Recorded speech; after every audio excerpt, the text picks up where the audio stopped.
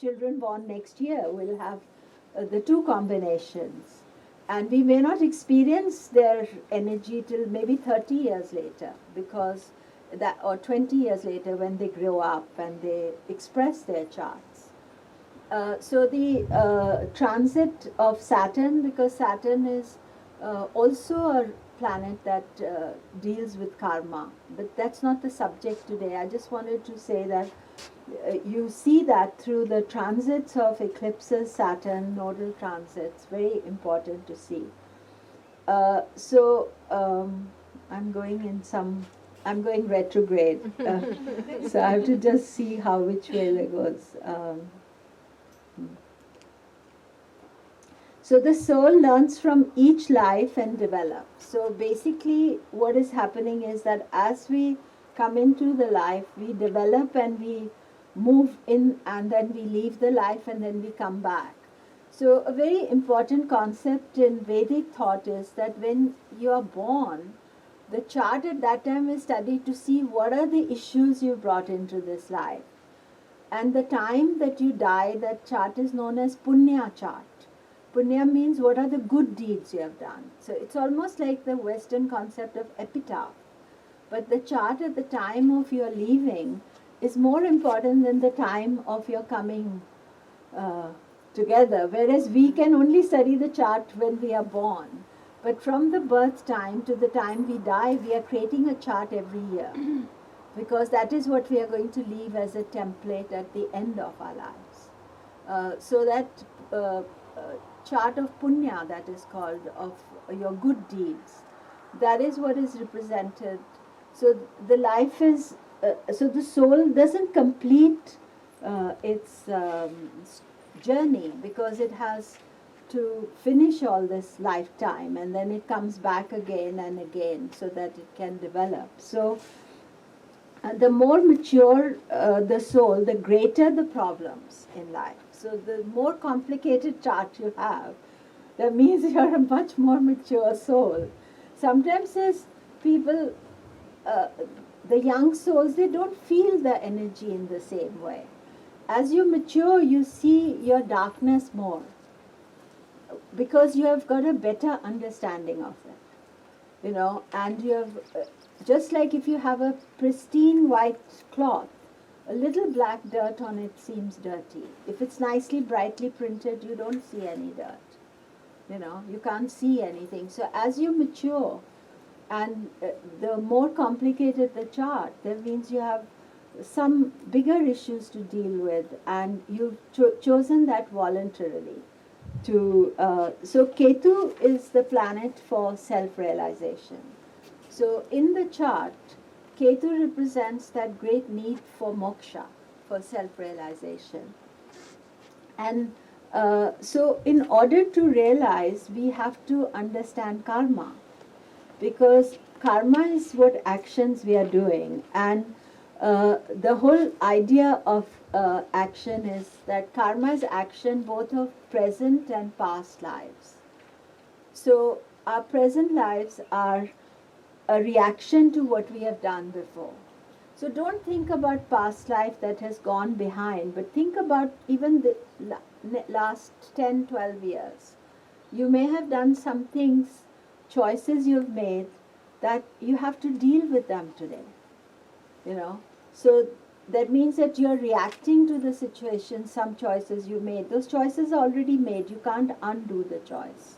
Even a choice you made yesterday, you can't undo today. Actions of previous life have to be dealt with, and we have to be careful of the karma we create now. So in India, the thought among the great thinkers, I won't say average person, is that we should not be creating negative karma today, because we have to face it. It's all cyclical. So what karma we create today will come tomorrow to haunt us if we are just careless with it. I think that's the point. So the chart at birth reflects the karma we have created so far, or collected so far. So the whole concept of the birth chart is that that is a template of the karma you have collected up to the time of your birth. After that, you are still collecting karma. So that is not reflected in your birth chart. You see, that is why one has to understand that the birth chart doesn't have to grip you or control you. It's only that we work it out and we develop ourselves, we can understand that energy. But it is that karma collected as part of our birth chart that is up to the time. So there are three levels of karma that we are dealing with.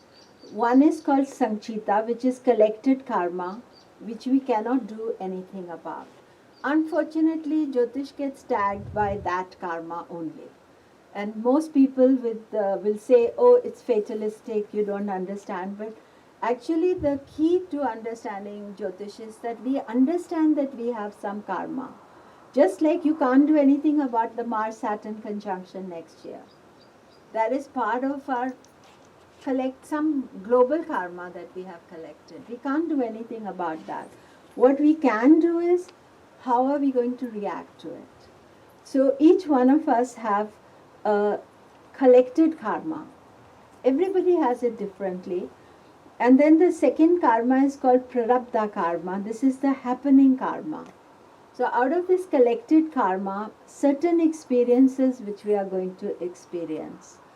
And this is usually shown through the dashas, the timing and the transits.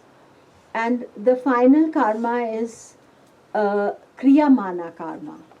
So if we have a collected karma and then certain experiences out of which we are going to experience, the third karma is, what are we going to do about it?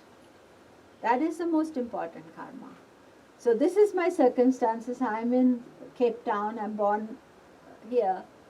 I'm living in 2015. What am I going to do about it? How am I going to react to these situations? So the third and the most important karma is the kriyamana karma, the reaction to your karma, because your reaction becomes the sanchita for tomorrow. So that means that it gets collected into the pot of karma for you to experience another day. So the cyclical nature of the karma is that if you're a spiritual yogi, which they teach in yoga and in all the spiritual disciplines, that you learn how to minimize the future karma. You learn how to minimize the future sorrow. You don't want to expand your future sorrow. You want to minimize it. So you have to understand the role of these three cyclical karmas. And one of the ways of minimizing the karma is leading a life of dharma. And dharma is spiritual responsibility that leads to good karma. That means that it's an ethical choice. Dharma is nothing but an ethical choice. That's something you have to do, some effort you have to make. It may be pleasant or unpleasant, but we have to do that. Influence of past actions are carried in our subconscious and the mind. So taking that into account, what we understand is that the past life issues are carried in our subconscious mind. I spoke about it right at the beginning. And the mind blocks our free will from acting and the way we would like to, and lets us make mistakes that create further issues. You see, the mind is what is responsible. And what is the mind in the natal chart? The mind is the moon. In Vedic astrology, we feel that the moon is the key planet to understand. And that is why everything is studied from the point of view of the moon. Because the storage of the karma, and today our talk is on the nodes of the moon. They're not nodes of the sun, they're nodes of the sun as well, that we could have another talk. But the karma that is a mind, of how the mind works. And I have talked to many spiritual teachers and people who teach kind of high philosophy. And the main thing that all the Vedic philosophy is trying to teach people is how to manage the mind. So, from an astrology point of view, is how to manage your moon. Not only that the moon is um, troublesome in your chart, it's troublesome by transit as well, because it changes daily. Today it's a nice moon because it's with Jupiter. So we are okay, but it could go with Mars tomorrow, then with the nodes. It would be eclipse. We have a full moon, a new moon, eclipse moon, with all the difficult planets, all within 1 month, you know. And the next time it comes in the same cycle, it has a different lunar energy, because the waxing cycle may be different, the waning cycle, the sign may be different. So you see, all that affects the equilibrium of the mind. So working with the mind and the subconscious of the mind, that is the key aspect in any chart. So, so the difficulties come from past life issues and the desires that were left unfulfilled. Karma we were created in previous lives now has to be paid for. Relationships to which we owe a karmic debt. So the main crisis comes is that we have this inbuilt desire that something has left unfulfilled. As astrologers, I'm sure a lot of times people say, am I going to meet my soulmate? That is a very common question that I get asked, and people talk about it and this thing. But the thing is that we meet our soulmate if we have some unfinished karmic debt to them. So that concept is called as Rin Bandhana, the karmic ties, that we have some old karma to complete. But the soul in its subconscious has a lot of things that it feels it didn't finish. So it wants to finish those stories in this lifetime. And this is the only time it can finish it also. It can't finish it once it goes into after death. You can't finish it, because then you're in a similar state till you're reborn again. So therefore the life is very important to be able to understand and work with these issues. So this concept of the soulmate is, don't expect your soulmate to be easy. Because you have some issues to complete. Because if you have a story to complete with people, then the soulmate issues are strong. And when the debt is paid off, sometimes people move on. This concept of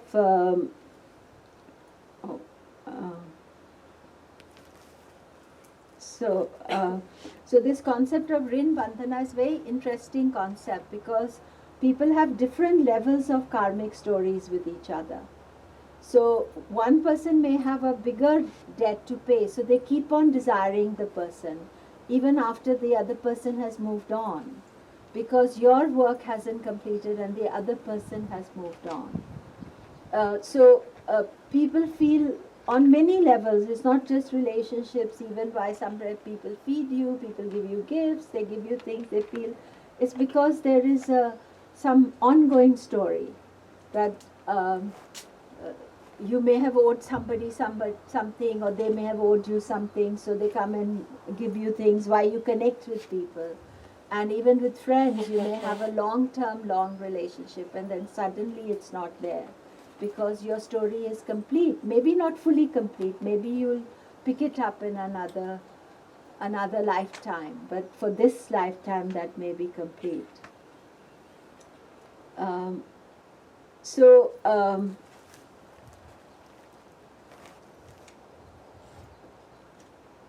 So Rin Bandhana, Rin means debt and Bandhana means ties, karmic ties that hold us together. Each relationship which we have has a past life connection. In some relationships we give more than we receive. You see, so any relationship that you're carrying, whether it's a friend or a lover or a married partner or something, there's some old karma that you're doing, and there is some debt that you have to work through, you have to receive. So in order to find moksha, it's not easy to find, because we find moksha when we learn to transcend our day-to-day issues and reconcile the past and be happy with the present. We are in search for eternal life where there is no death or unhappiness. Uh, Soul is at peace, happy, and content. So you can be at peace with your life where you are. This is the beauty. Sometimes you see in India a lot that people don't have a lot materially, but they are content. So they could be in a state of enlightenment. They may not be in that higher state of enlightenment, but by understanding their path, whatever their path is, and accepting it, then there's a state of calmness and happiness there. If you're agitated or unhappy, that means that then the soul is not content. It needs to work it out. It has to find its journey. So the concept here is that in the first step to moksha is to let go of past lives. You know, that is the key thing, that we have to let go of past lives. This is usually done slowly by developing a mind concentrating on a higher self. But also it is connected to forgiveness. You know, you can see past life very clearly in the story of countries. And the only way a country can move on is not to engage always in old enmities, old issues. They have to heal the past to move on. But in our human psyche, we have to forgive, sometimes even very difficult issues, so that we don't hold on to it. But that's not the nature of a human being, and that's where the nodes are very responsible, because they don't allow you to let go, because their role is to hold on to things. Whereas the key idea is to let it go. That is the key aspect of it. So generally in studying of past life, we start with the chart itself. And we look at all the 9 planets. Jyotish doesn't look at outer planets. The main reason being that Jyotish was always an observational astrology.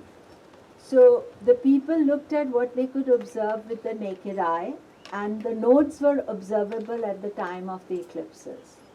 So beyond that, they did not study them in the main frame of the planet. So it was not because we have a lot of other shadowy things that we study, and not because they didn't consider those existed, but as part of the numerological significance and all the astrological, the 9 planets were studied. And all the 9 planets will give you both the good karma and the difficult karma we have to deal with. The strengths, weaknesses of planets are our own strengths and weaknesses. But the idea is not that that's it. If we have a debilitated planet or we have a strong planet, we should just be happy with it. It's about usage of the energy. That is the key aspect here. And basically the key areas as the subject today is: Sun is the soul, Moon is the mind, Jupiter is blessings, Saturn is the karmic debts that have to be paid now. So those of you having any difficult Saturn transit, means there's something that you need to pay up now. So might as well do it. It's like the exam you have to sit, you have to work through. And Ketu is the past life and the desire for moksha. Rahu is the unfulfilled desire. So the South Node is the past life. And South Node is specifically connected with rejection, letting go. You know, about letting go of the old karma. North Node is consuming it. That's the whole conundrum about them.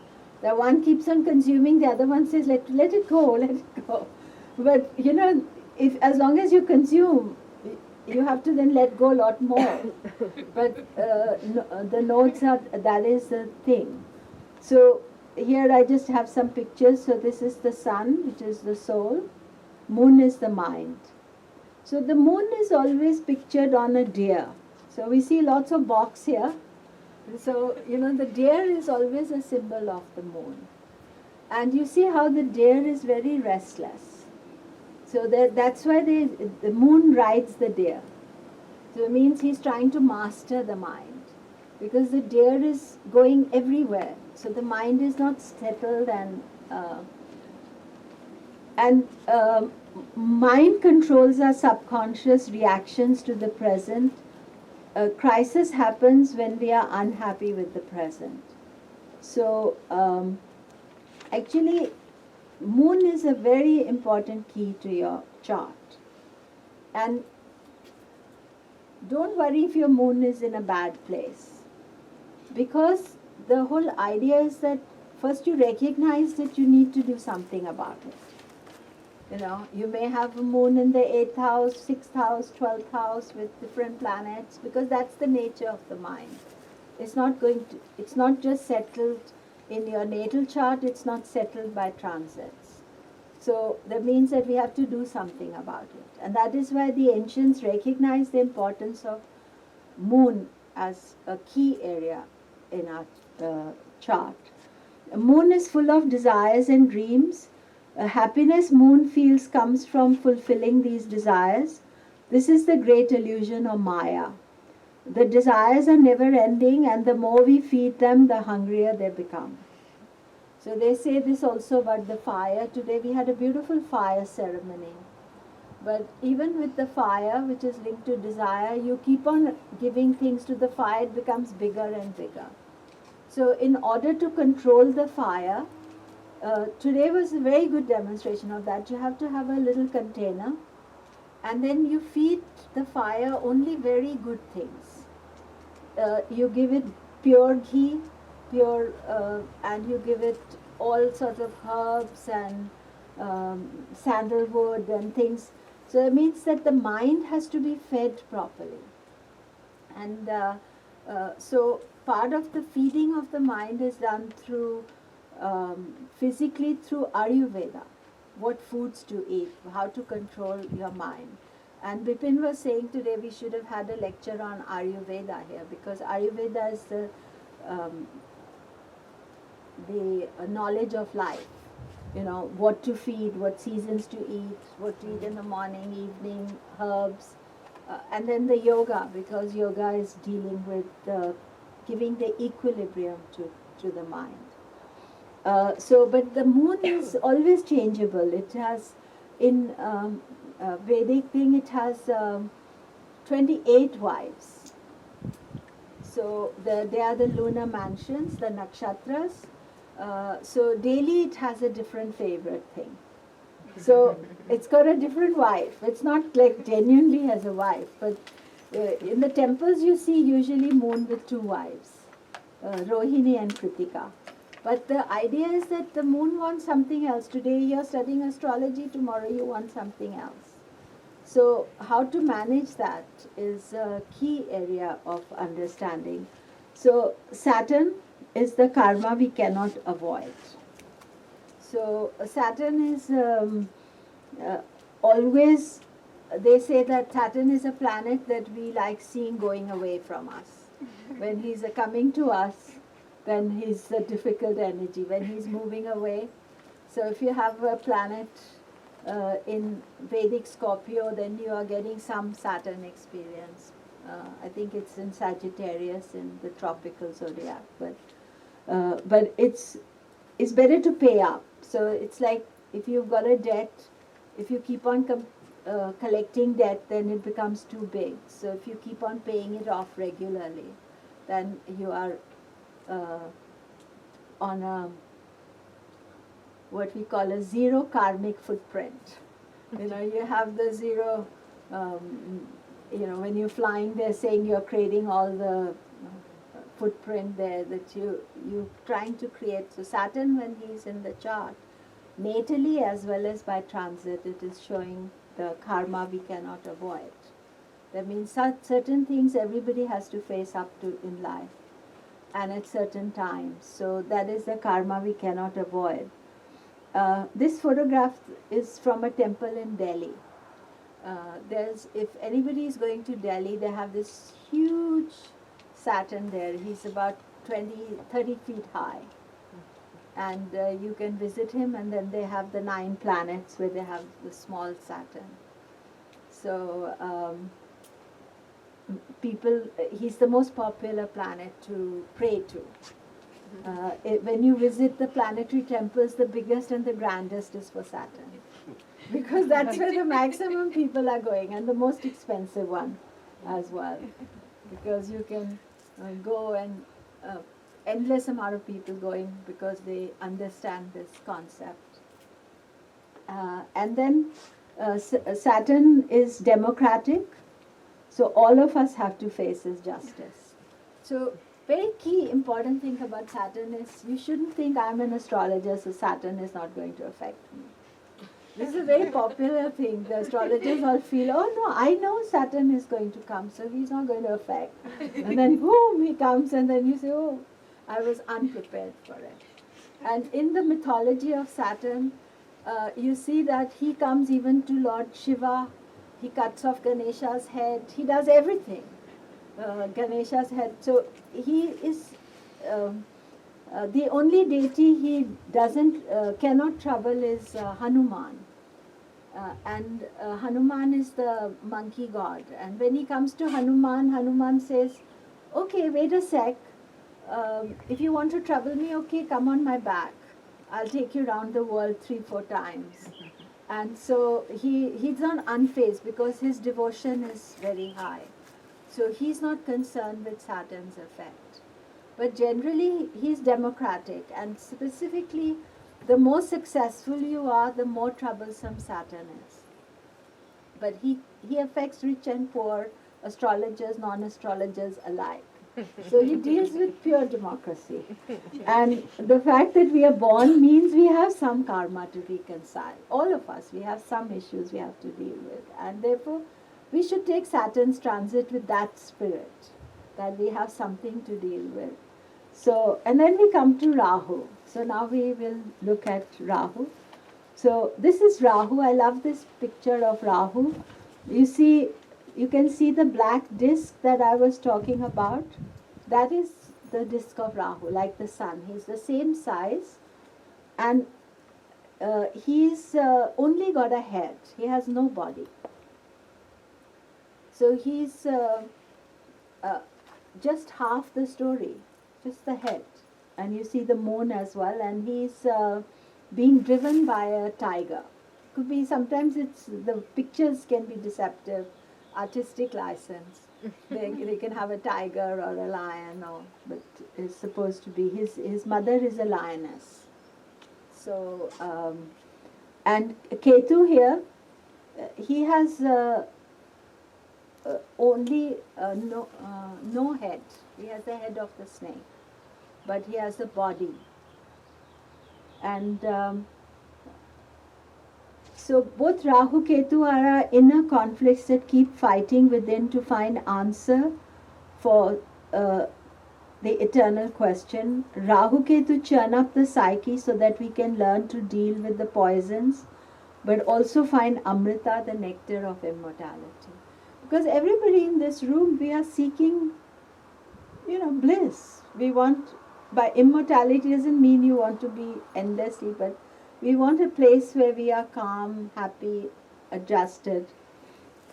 So, Rahu Ketu bring past life issues into our present lives, create struggles that we have to deal with, trying to fulfill our unfinished karma, creating new ones too that become issues for the future. So you see, while we are trying to seek the answer, we are all the time creating new dilemmas for ourselves. So, so the secret life of Rahu Ketu really is that they are the enemy within, what we created for ourselves, and with our own actions in previous lives, and Rahu Ketu reflect that. So they've got a status of the shadow planet. I already talked about this. So this is so Rahu Ketu are considered as the lord of karma. They represent the stumbling blocks in our life, which eventually lead to liberation and maturity of the soul.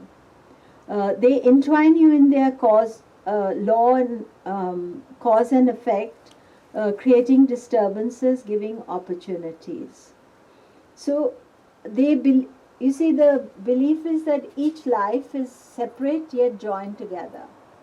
So each life you live is like a bead. So very similar to this necklace that I'm wearing. These are the mala beads, Rudraksh.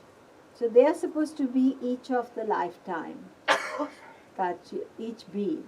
But the interconnecting thread is Rahu Ketu. Ketu deals with the past and Rahu with the future. So they don't live in the present at all. One is concerned about the past, one is concerned about the future. And this is what we do in our lives, because we are thinking this happened yesterday and what we want for tomorrow. So usually we are not thinking about what are we doing today, because we are afraid tomorrow we won't have the money, we won't have love, we will be lonely. Oh, this happened yesterday or 6 years ago or past life. So they represent opposite things, and so both of them bring moksha. Rahu can bring moksha or self-realization. Rahu by understanding the essential dissatisfaction of trying to fulfill desires and attachment to materialism. Because desire is unending. We fulfill one, it opens another head and another head. So one of the things with Rahu is that he learns through consuming life that is not the answer. You know, there are many people, they say, you are hungry, eat everything you want to eat. Because then you don't have that problem, the fear of eating. You know, because the fear you won't have enough food. So Rahu is, but it's in a material life that where at some place sometimes you say, that's enough, I don't need any more. So, and it's not just about consumer goods, it's about life itself. You know, we want more excitement. So Rahu, the lesson with Rahu is that at some stage you feel, I don't need more. So, and Ketu, by reconciling with past karma and letting go of our attachment to its fruits.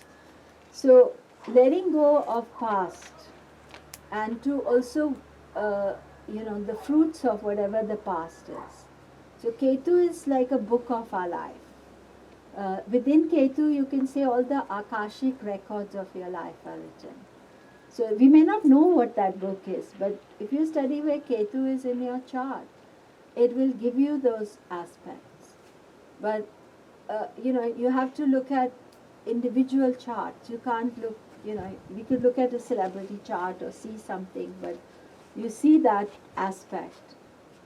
So, so basically the thing with the nodes is that the key thing to understand about the nodes are they are opposite agendas totally, yet they are together. They are part of the same story.